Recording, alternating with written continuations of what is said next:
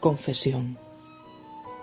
Javier me abrazó y llorando me pidió por favor que le escuchase.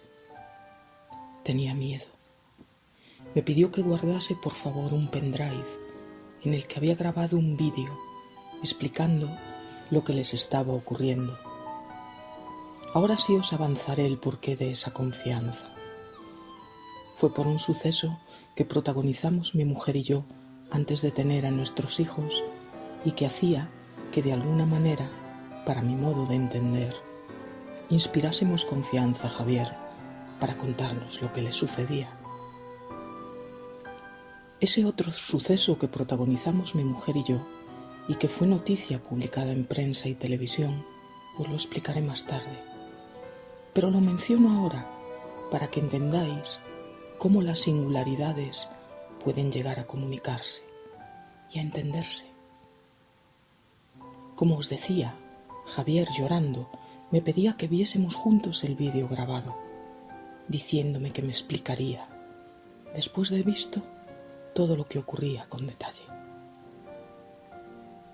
Empezamos a ver el vídeo y en él, Javier, muy emocionado, contaba que hacía 5 meses más o menos, un día de marzo, San José, Día del Padre, siendo fiestas en el pueblo, salió de casa a las 19:30, con la idea de comprar tabaco en el estanco del centro de la población.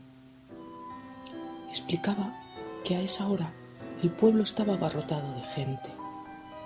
Siendo fiestas y en clima mediterráneo, toda la ciudad esperaba la quema de fallas. Javier explicaba asustado en ese vídeo que después de volver a casa, cenaron los 4 y el pequeño se durmió a eso de las 21 horas. Como os decía, vivían en un ático y dormían todos juntos en una habitación de matrimonio, el pequeño en su cuna y la mayorcita en su camita. Los papis dormían en una cama grande pegada a una doble puerta de cristal que daba a la terraza. Esta tenía unos 40 metros cuadrados de superficie, era a cielo descubierto y desde allí se veía a lo lejos el Mediterráneo.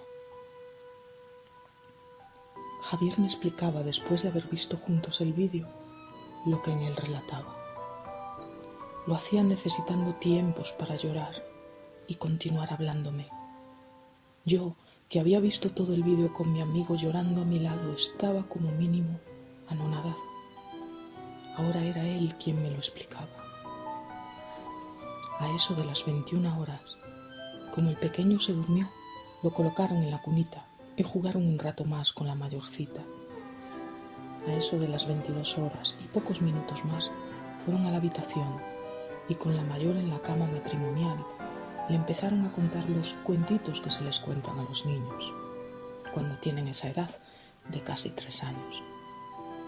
Tumbados los 3 en la cama y con la radio a muy bajo volumen, con el pequeño dormido, le contaban a la niña, como os digo, los cuentitos de cada día, en esa mágica hora. Estaban muy lejos de imaginar lo que en los momentos sucesivos iba a suceder.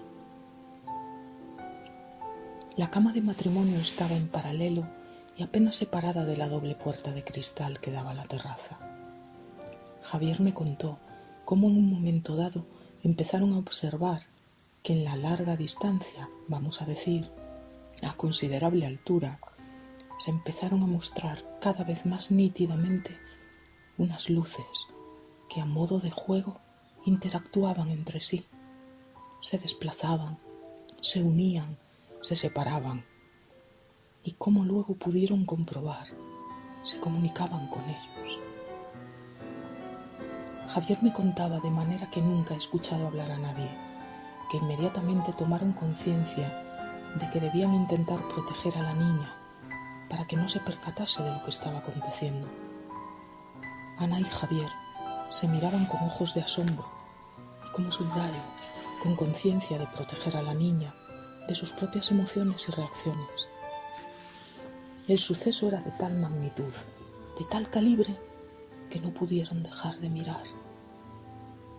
Les era imposible despegar la mirada de aquellos sucesos lejanos perfectamente visibles.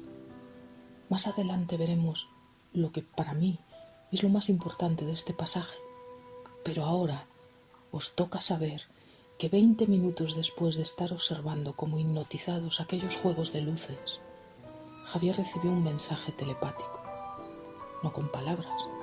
La telepatía superior no utiliza palabras. En ese mensaje, recibido por Javier, les invitaban a mirar a un punto concreto de su espacio visual, un punto muy alejado de donde se sucedían las luces. Javier tuvo tiempo de decirle a Ana que mirase aquel punto concreto que le señalaba. Lo hacía disimuladamente, tratando de que la niña no se diese cuenta de nada, pero a la vez de que Ana entendiera que acababa de recibir un mensaje telepático, indicándole que mirasen para aquel lugar concreto que Javier señalaba. 2 segundos más tarde, con los dos mirando al mismo punto indicado, empezaron a ver una nave extraterrestre. A una distancia de aproximadamente 2.500 metros y a una altura similar, podían apreciar que a muy baja velocidad, perdiendo altura, la nave se dirigía directamente hacia ellos. Tenía forma de triángulo. Según se acercaba, podían apreciar nítidamente detalles desconocidos de ese tipo de naves, que nunca habían sido hasta entonces observados por ningún habitante de la Tierra. Ese tipo de naves, que ahora os detallaré, cuentan con la más alta tecnología que jamás ha visitado la Tierra. Se aproximaba descendiendo a muy baja velocidad, una velocidad muy por debajo de la necesaria para que un avión se sustente en el aire. Según se aproximaba, su velocidad disminuía cada vez más. No tenía ninguna luz encendida, no generaba ningún ruido ni sonido. A menos de 1.000 metros de distancia y a una altura similar, podían ya apreciar nítidamente que era un triángulo levemente escaleno. Tenía 3 núcleos en un lado y otro núcleo en el otro lado. Javier y Ana se miraban tratando de contener sus emociones con el fin de que la mayorcita, diremos Tania, no se percatase de lo que ocurría. No daban crédito a lo que estaban viendo. Se miraban como después de muchos años de matrimonio nunca se habían mirado. Abrazando a Tania entre los dos, no podían reaccionar de ninguna manera que no fuera la que fue. Estaban de rodillas, en la cama, abrazados a la niña en el más absoluto estado de shock. La nave continuaba avanzando en descenso con rumbo directo hacia ellos. A menos de 200 metros de distancia y a menos metros de altura, podían apreciar que medía más de 120 metros de lado y que los 4 núcleos dispuestos, como os decía, en su superficie, tenían del orden de entre 3 o 3,5 metros de diámetro. Vamos a aclarar primero que la percepción de Javier de que se trataba de un triángulo escaleno no la podemos confirmar. Entenderéis que ni en los momentos en los que la nave, desplazándose a la velocidad que desarrolla un niño en sus primeros pasos, o si queréis, un anciano en sus últimos, manteniéndose casi parada en la vertical de la terraza, a tan solo 40 metros de altura, era difícil apreciar su forma a esa distancia, por su enorme tamaño. Era imposible confirmar que, como os digo, fuese un triángulo escaleno. Imaginaos una nave de esa envergadura, con esa mágica forma, a 40 metros sobre vuestra vertical. No la diferenciaríais de un triángulo rectángulo. Lo mismo ocurría con los 4 idénticos núcleos. No revelaban su secreto si no era de manera intuitiva. Eran para ser sentidos. Se veían claramente, pero su forma era compleja de apreciar en su totalidad, muy iluminada por las luces contaminantes de las calles y las casas en su parte baja, siendo ésta absolutamente plana, excepto en los bordes de todo su perímetro. Ofrecía una visión que no se puede describir con palabras. Era una nave extraterrestre, posiblemente la más compleja y tecnológica que jamás se haya acercado tanto a ningún ser humano que tengamos noticia. La mayoría de las veces que han ocurrido este tipo de visualizaciones han ocurrido cerca de, por ejemplo, centrales nucleares. Ana, asustada, reaccionó y se llevó a Tania hacia la cuna de Jordi. Javier, exclamando una palabrota, abrió la doble puerta de cristal y salió a la terraza. Permaneció por espacio de 5 o 6 minutos, observando atónito lo que tenía 40 metros en su vertical. La nave tenía toda su parte trasera invadiendo el cielo de una grandísima urbanización de lujo que tenían enfrente de la terraza.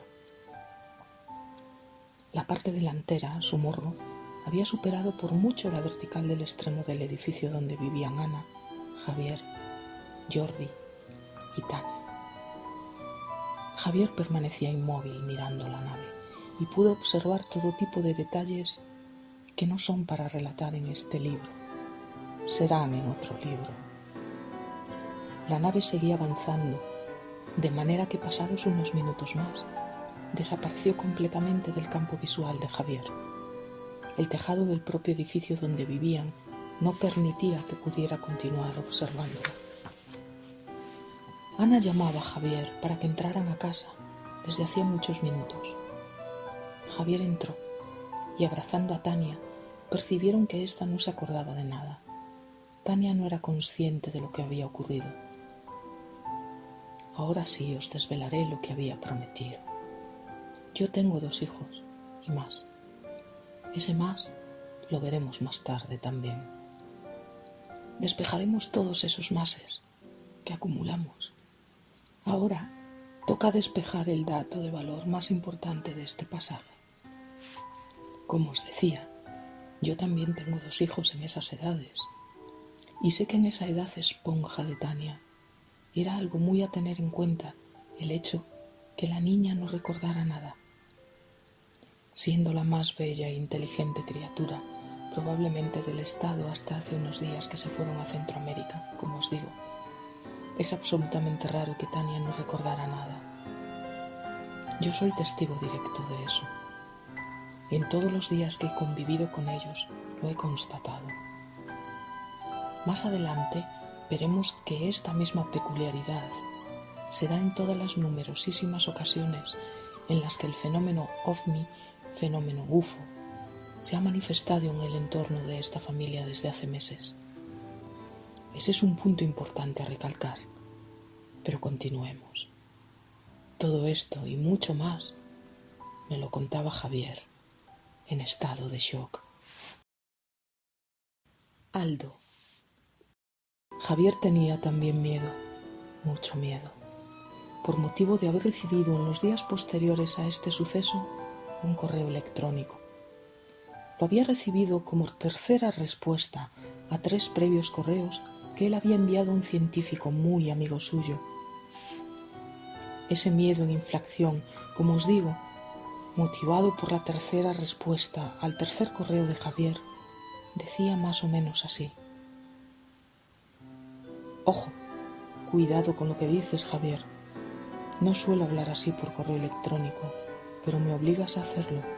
No habléis cerca de aparatos electrónicos, ni estando apagados. Las agencias secretas de los grandes estados y de las grandes compañías nos intentan invadir de troyanos, y aunque no somos mancos y los detectamos, no podemos ni respirar sin que lo sepan. Relativo a vernos, avánzame cuando unos días antes y te haré un hueco de 1 hora u hora y media en la agenda.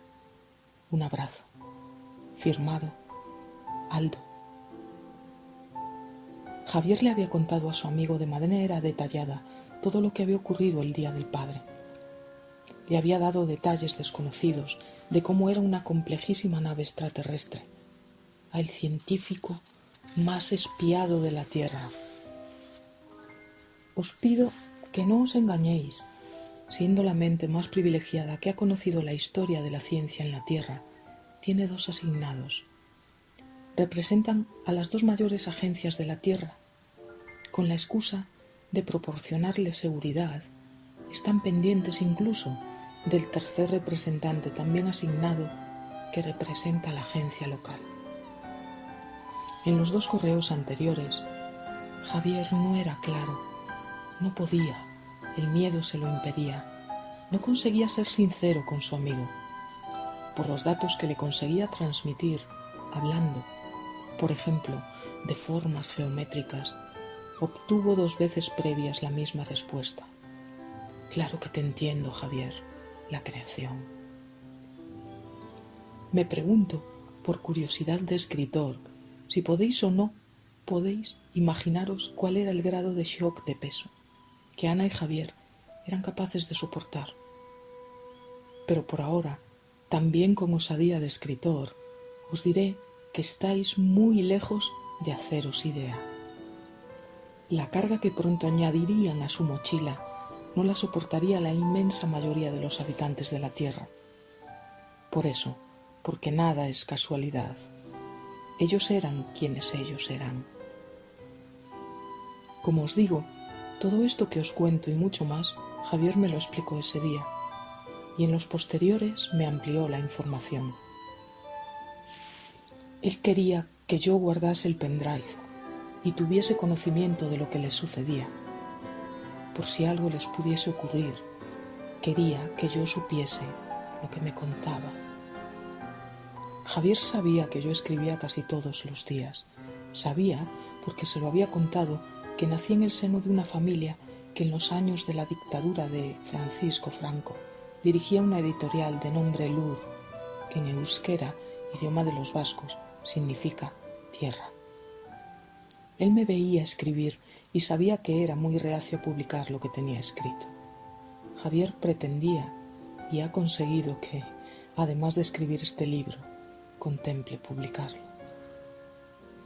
Más adelante despejaré, como os adelantaba, informaciones relativas a mi persona, pero ahora nos vamos a otro capítulo que titularemos Nave Cilindro.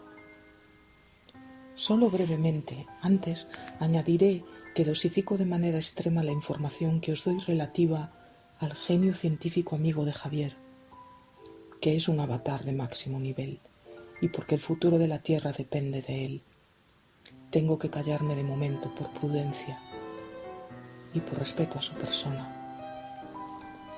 Trabaja en un proyecto inimaginable para vosotros. Trabaja en un proyecto que pido a Dios que se dé.